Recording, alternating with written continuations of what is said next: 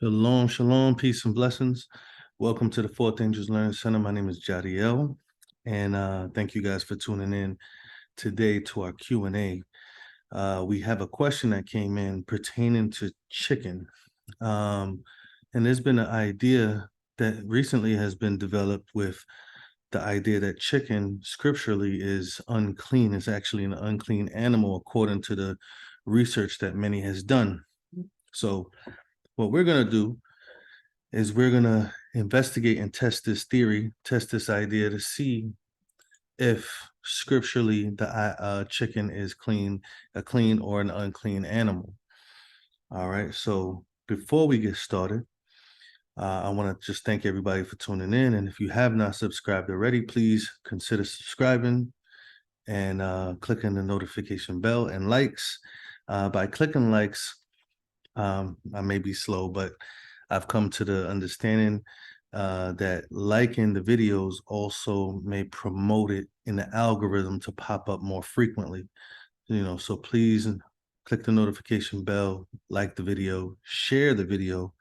Also, sharing is one of the personal great ways that we can allow whatever message that we're understanding or learning to be shared with other people. So please, if you come in contact with people who's interested in this particular topic, please consider sharing this video so that we can get to more people. So with this being said, we're going to continue to go. We're going to go to the scripture. We're going to pull up the scripture in Leviticus, and we're also going to pull up the scripture in Deuteronomy chapter 14.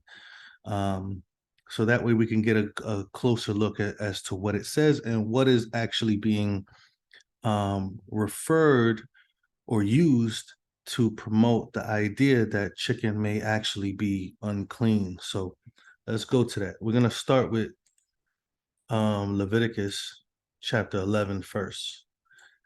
We're going to look at a few Hebrew words as well. Leviticus chapter 11.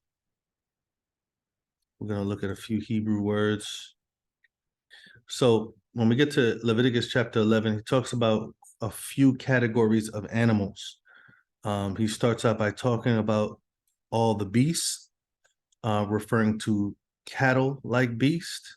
And let's look at the scripture, the Hebrew, just so we could get a good understanding. So we have here the word for beasts, referring to as kai, which is like strong, wild, wildlife, wild creatures. Maintenance, meaning that they eat. It says fresh, referring to the fresh plants that they eat. Strong, raw, lively. So it's very cattle.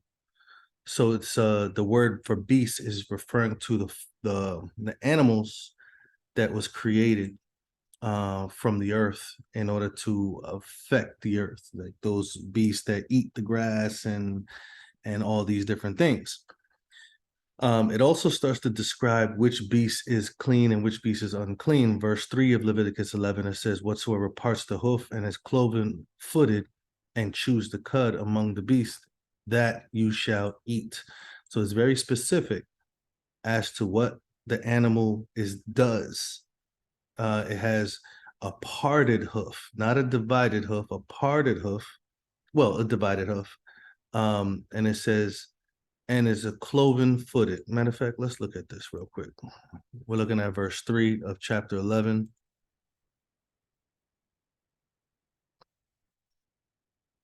Okay. So parted is a split, a divided. It chews the cud, and it's cloven-footed.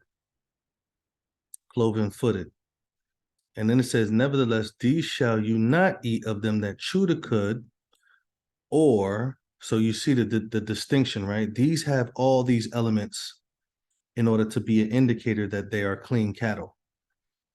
These do not. It says, you shall not eat of them that chew the cud, or of them that divide the hoof, such as a camel, because he chews the cud, but his hoof or his foot is not divided. He is unclean. And then it says the coney, because he chews the cud, but divides not the hoof, he is unclean. And likewise with the hare, same thing. He chews the cud, but divides not the hoof. The interesting thing is that when they get to the swine, it says the swine divides the hoof. His hoof is divided, and he's cloven-footed, but he does not chew the cud. He is unclean. So the initial description is that the beast has to have all these elements together before he's considered a actual clean beast. Let's move forward. Now with verse 9.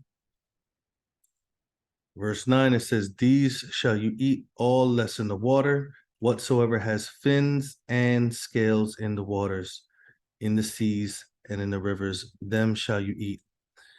All that does not have fins and scales, remember, it has to have both elements together. If it does not have fins and scales from the sea, of all that move in the waters, of any living thing which is in the waters, they shall be an abomination unto you.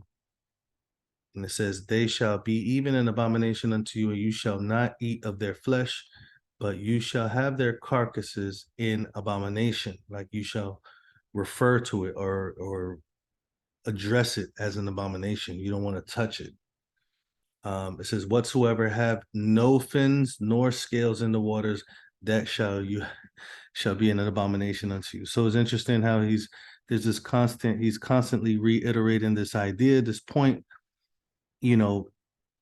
There's many issues with eating and appetite that you'll see the Israelites go through. Matter of fact, the very first man dealt with the eating of the fruit, and that tends to be a constant issue. When Israel was taken out of Egypt, they were desiring to go back because of what they used to eat. They referred to the flesh pots of Egypt and things like that, so very important that we understand all the elements within the waters and the land animals, right?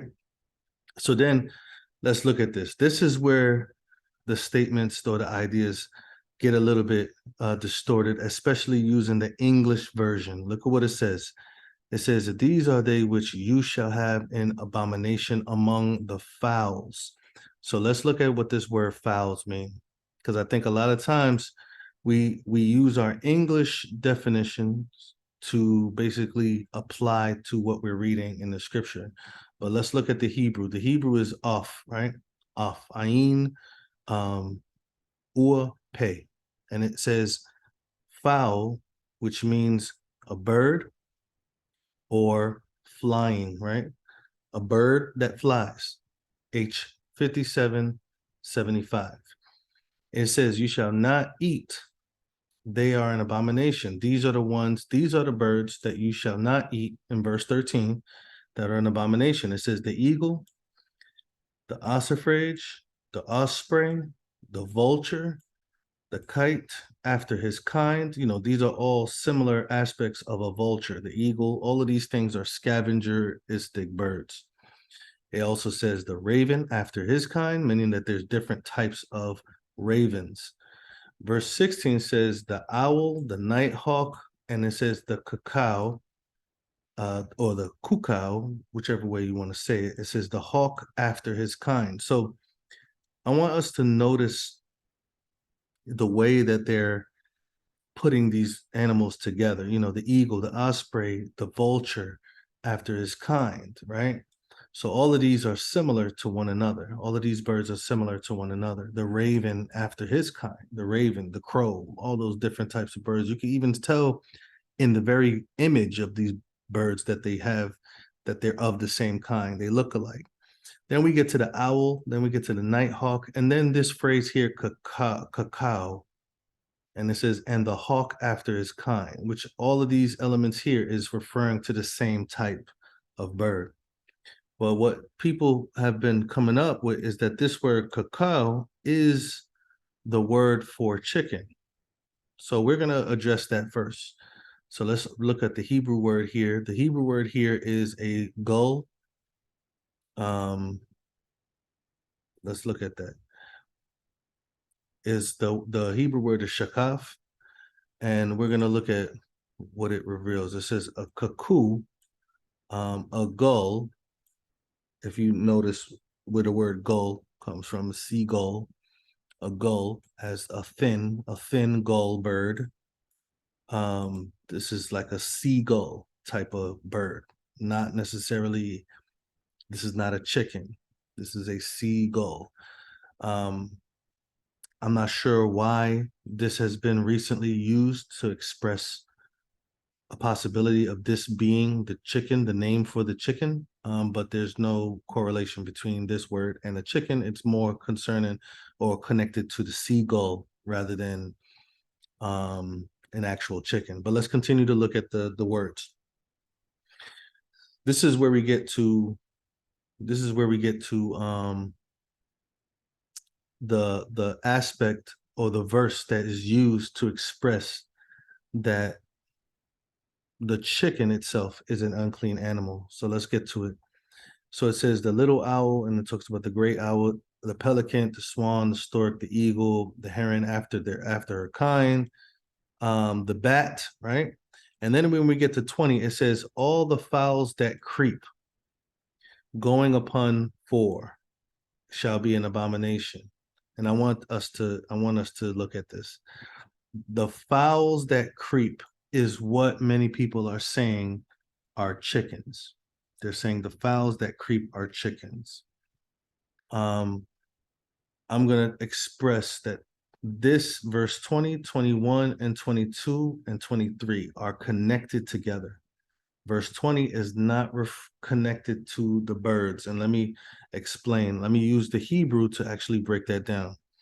So when it says all the fowls that creep, it's talking about the wings. So if you look at it, the word H5775 does not only mean a bird, but it's also referring to wings or flying or creatures that fly. Okay. In scripture, it's used as flying, it's used as fleeing, it's used as flies. So let's look at the attribute. It's talking about an attribute. So it says all the fowls or all the flying creatures that, and then it says that creep. And then this word, H8318, is the word sharets, which it means flying creatures that swarm or flying creatures that are minute animals, minute, very small, creeping things. This is what it's referring to. Matter of fact, the root word of this is wriggle or swarm or like a massive amount of tiny creatures.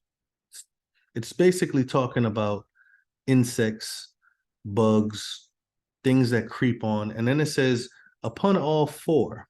So they say, this is the chicken because the fowls creep and they have 4 toes. So they go upon 4, meaning that they have 4 toes. This is the expression. But let's look at this first before we go back and see if this statement in verse 20 is talking about having 4 toes. The good thing to do also is to go to Deuteronomy chapter 14, which also breaks down the same list. It's the same exact list. So we're going to see better words. But let's look at this. So it says the fowls.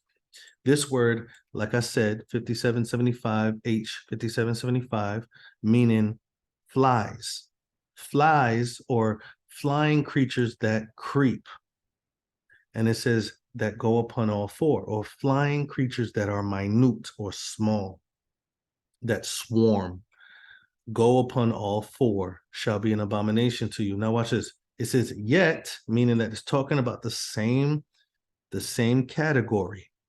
Yet these may you eat of every flying, creeping thing. So let's look at this. Why doesn't it say fowls here? Because here, the word flying, interpreted here, is the same word as the word fowls. So what's happened here is that in verse 20, the translation says fowls in verse 20 and flying in verse 21, when the actual accurate translation should be what it says in verse 21, flying. So verse 20 should say all flying creatures that are minute and swarm, goes upon all four, shall be abomination. Yet these you may eat, that of every, let's use the same verses here, foul creeping thing that goes upon all four. And it says, which have legs above their feet to leap withal upon the earth. Even these of them you may eat. Locusts. So locusts wouldn't be considered a fowl, that according to our language and our definition. Locust would be considered an insect, or according to this, a flying, creeping thing, or a flying, swarming, minute creature. So it says that the locust after his kind, the bald locust after his kind, the beetle after his kind, and the grasshopper after this kind. But all other flying, creeping things, which have 4 feet, meaning that they go upon 4 feet, shall be an abomination to you. For these shall you be unclean. Whosoever touches the carcass of them shall be unclean until evening. So the flying, creeping things, again, I want to show the Hebrew word for flying is the same word for fowl. And this is where you see right here, verse 23, 57, 75. If you go back to verse 21, 57, 75, but verse 20 says fowls instead of flying things that creep. Let's confirm that first, that verse 20 is not talking about chickens or birds. It's talking about insects and, any other small types of creatures with wings. We're going to go to Deuteronomy 14, which reiterates the Torah to the children of Israel when they were going into the promised land. So this is when they were first given the Torah in the wilderness during those 40 years. And then we're going to look at Deuteronomy 14, which is a time period in which they already passed the 40 years and they're about to reiterate the Torah before they go into the promised land. So let's look at this. Deuteronomy chapter 14. So again, it starts about the beast right here in verse 4. It starts about and mentions the ox, the sheep, the goat. Talks about the parting of the hoof, the cleaving, the cleft in the 2 claws, the chewing of the cud among the beasts. Much more, not necessarily detailed, but as far as the English translation is concerned, they're using a lot of words that we are more familiar with, right? So let's continue to look at this. Then he goes in verse 9, he starts talking about the waters. He mentions the fins and scales. Those are the animals that you should eat. Whatsoever does not have fins and scales, you may not eat. Now watch this, verse 11, all clean birds you shall eat. And then it starts breaking down all the birds. And then in verse 15, it mentions this cacao again, which we know is a gull, right? It's like a seagull. So as we continue to move forward, let's go to verse 19, and it says every creeping thing that flies. So now it's a little bit more detail. Every creeping thing that flies is unclean to you. They shall not be eaten. And then it says, but all clean, and then it says the word fowls is doing the same thing that we saw in Leviticus. It's using the word for flying, creeping thing, and it's translating it as fowls. You may eat. Now look at the fowls that it's going to describe.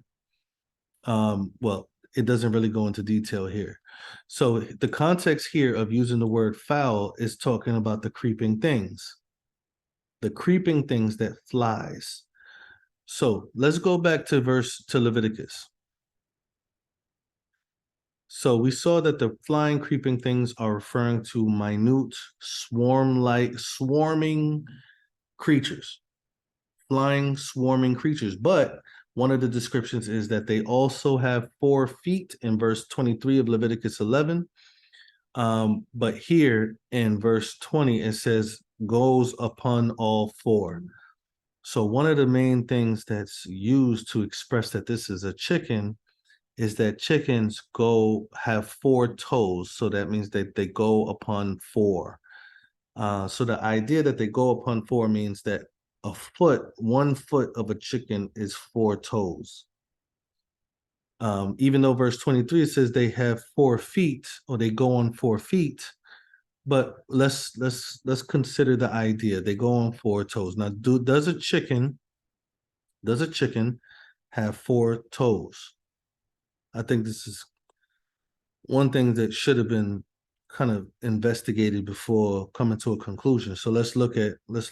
Does a chicken have 4 toes? Let's see. So does a chicken have 4 toes? Let's look at this. So a chicken has 3 toes in the front, and then it has something that's considered a claw or a spur. The toe that comes out of the back is not referred or considered a toe. It's considered a claw. You see here in this diagram, it says claw, 3 toes, and then a claw. This is what's understood. Even if you look at this picture here, you see that this is referred to scientifically as a spur. It's not a functional toe. It's a claw, while these 3 toes here are literally the same type of toe.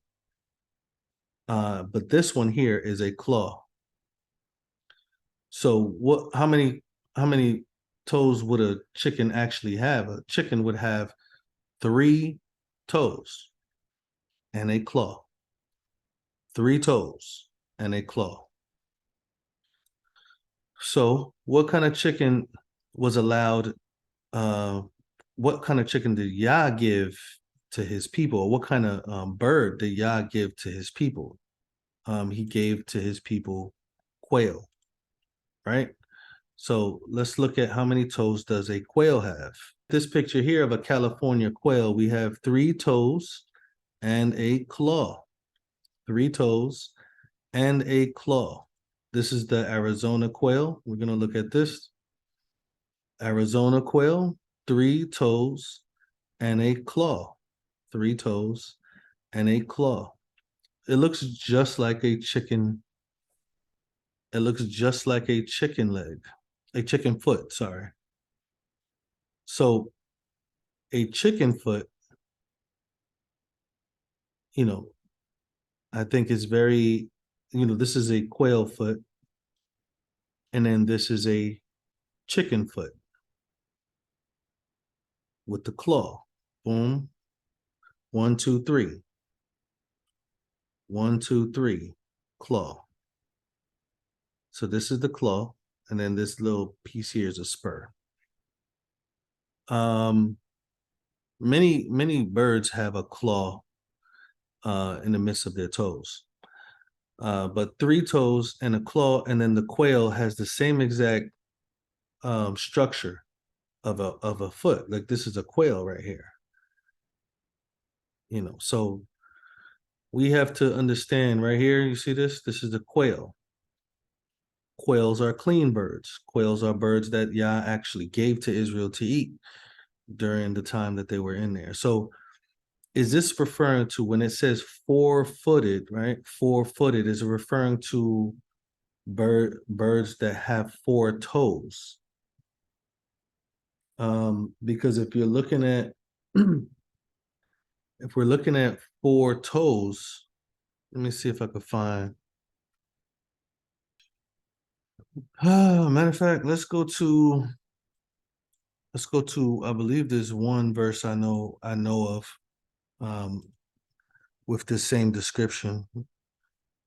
It's in Acts chapter 10, the vision that Peter has on the roof. In verse 12 of Acts chapter 10, look at what it says. It says, wherein were all manner of 4-footed beasts of the earth.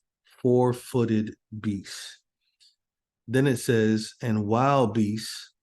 And then it says, and creeping things and fowls of the air. Very different categories.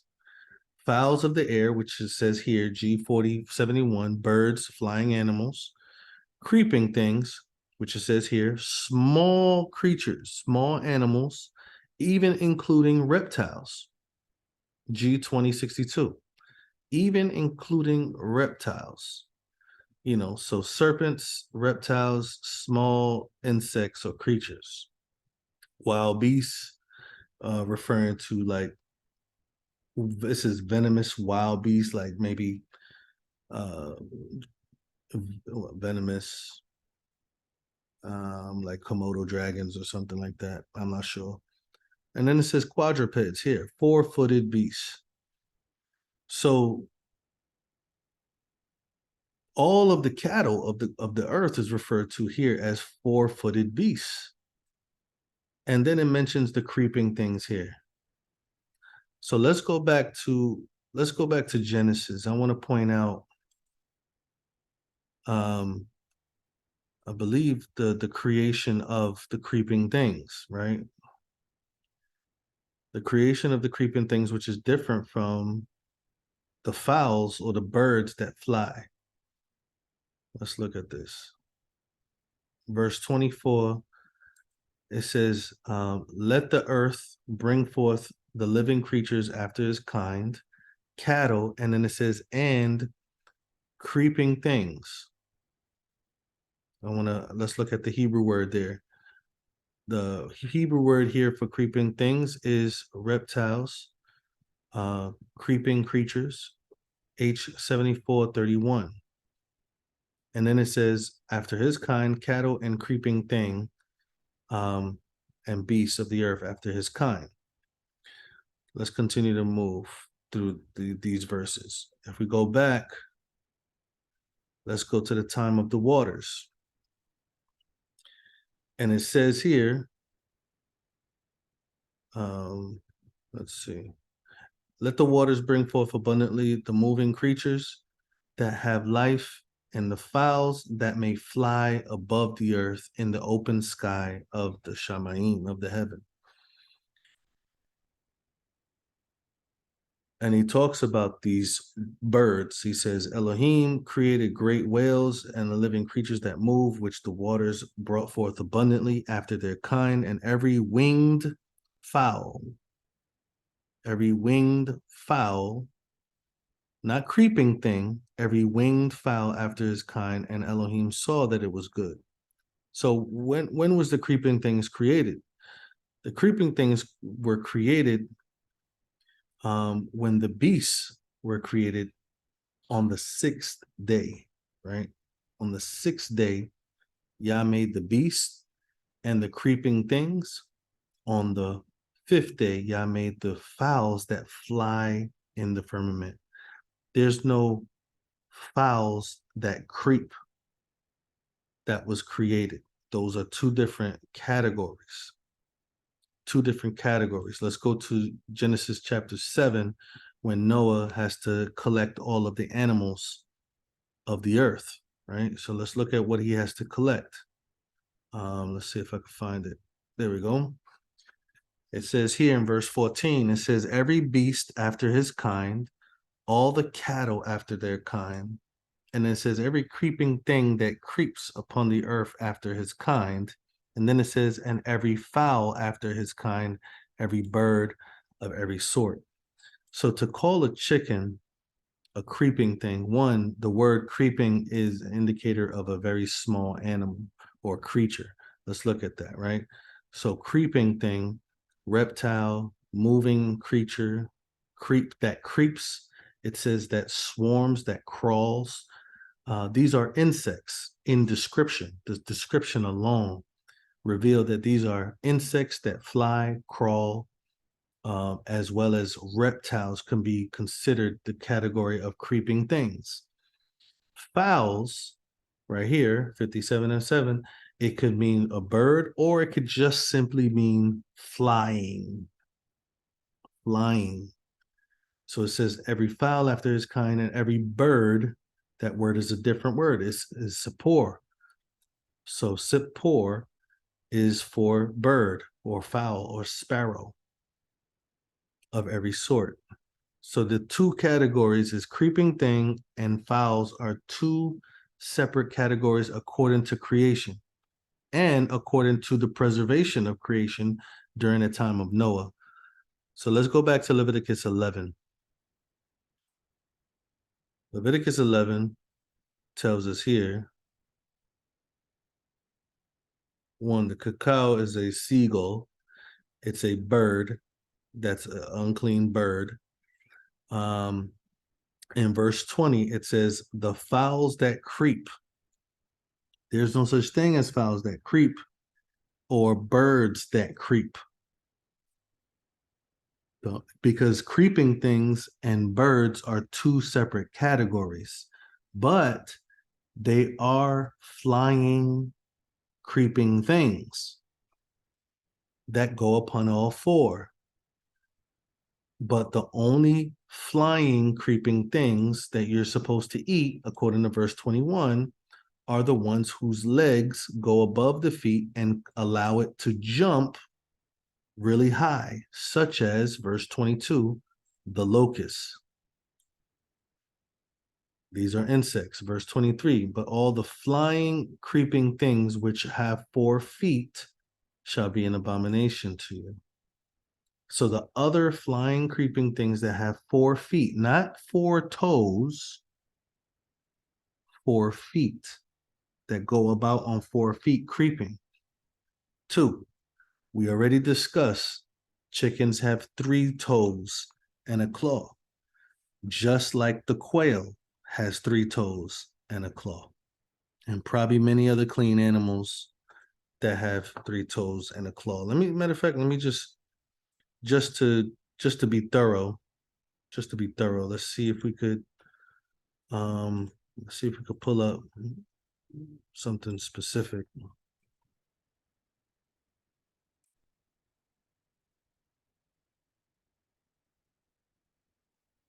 All right, let's look up turkey foot.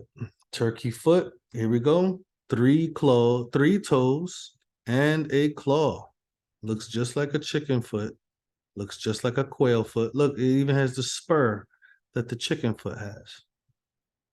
Chicken foot, quail foot, and a turkey foot looks literally the same with the same function. 3 toes in the front, a claw in the back, and a spur on the ankle. So the question is chickens clean or unclean? Chickens are, according to scripture, clean animals. They're clean birds. They're not a bird that creeps. Birds do not creep. There are birds that fly, and then there are creeping things that fly. They are not birds that creep. Those are 2 categories that are different categories. Okay? The chicken does not walk on all 4s. It walks on 2 legs, and each leg has a 3-toe foot, just like the quail, just like the turkey. We have to investigate these things thoroughly, and be careful when people give you ideas and then they give you some verse like somebody's trying to deceive them. Like, I've also misunderstood scripture before. So if I misunderstood scripture and I taught that misunderstanding, does that mean that I'm trying to deceive you to be lawless or deceive you to be whatever it may be? No, it just simply means that something is incorrect. And all we need to do is figure out what does the scripture say rather than trying to conclude that people are trying to come after you and trying to deceive you. No, the people that are teaching that chickens are unclean, and I'm going around teaching that, okay, well, 1 Timothy 4 says that the wicked people would try to teach you to abstain from clean meats. Will I say that this is what the intention of these brothers or sisters is doing? No, I wouldn't say that. I would just simply say they are wrong. They are misunderstanding what the scripture says when it says cacao, when it says fowls that creep, and when it says go on all fours. They're misunderstanding all those elements, and without dissecting it, they're just looking at the English version and going off of that. So our chicken's clean.